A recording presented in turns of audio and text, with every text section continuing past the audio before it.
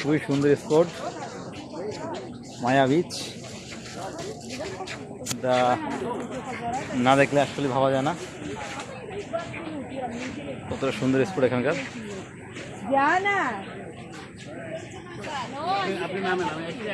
আচ্ছা আসেন।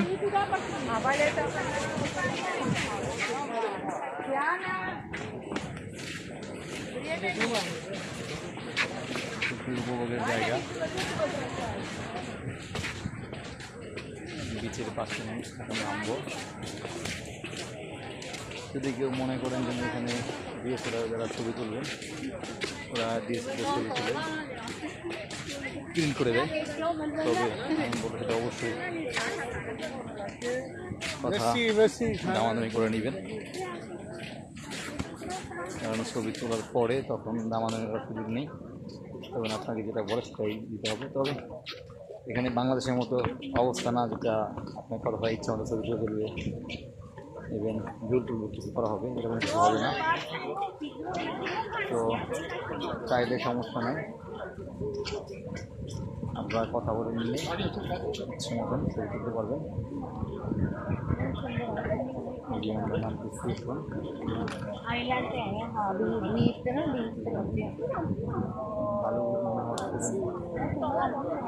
ময়দা আটা এরকম দেখেন আপনারা।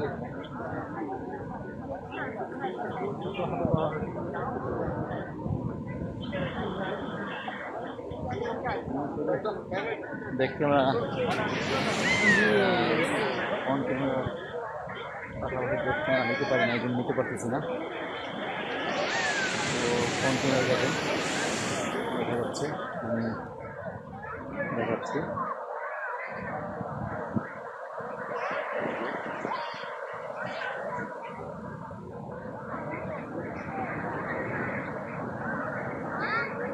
খুবই সুন্দর প্লেস, ফটো শুটিং করতেছে, ফটো শুটিং করতেছে।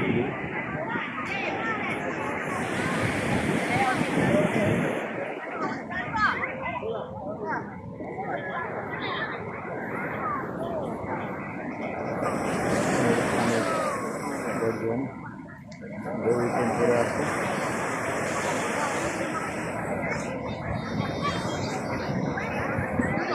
পাহাড়। 이거 왜 먹고 들어가?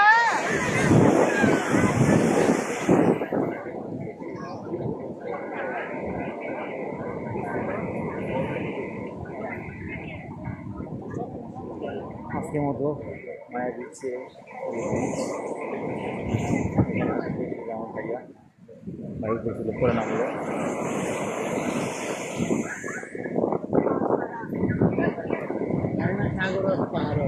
তো আমি বলবো যারা থাইল্যান্ডে ঘুরতে আসেন অবশ্যই পুকুরে আগে আসবেন। এখানে যাত্রার জন্য হোটেল বুকিং দেবেন, তাহলে আপনার সব কিছু উপভোগ করতে পারবেন। একদিন যাবে আপনার ফুকেটে। আমি ফুকেটের কোথা থেকে প্যাকেজটা নিয়েছি আপনাদেরকে বলবো।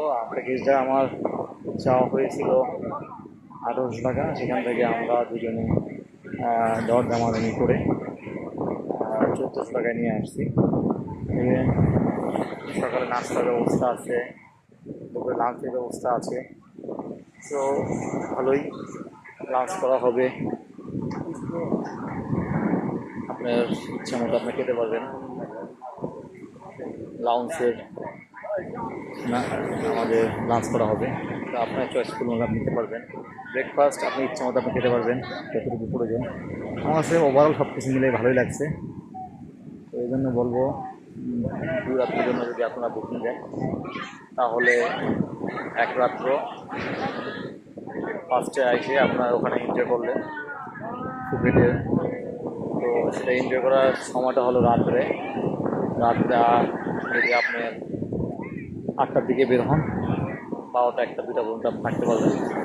তবে আমার কাছে বিষয়টা ভালো লাগে না, কারণ আমি যখন 9টার দিকে বের হলাম তখন ওখানকার যে অবস্থান দেখলাম এগুলো আমার জন্য না ওই প্লেসটা, এই জন্য আমি ওখানে থাকিনি, আমি চলে আসছি। তো আজকে আমার কাছে মনে হচ্ছে খুব ভালো লাগতেছে। তো আজকে ব্যাক করতে করতে হয়তো 9টা বাজবে। তো এখানকার ভিডিও এই পর্যন্তই।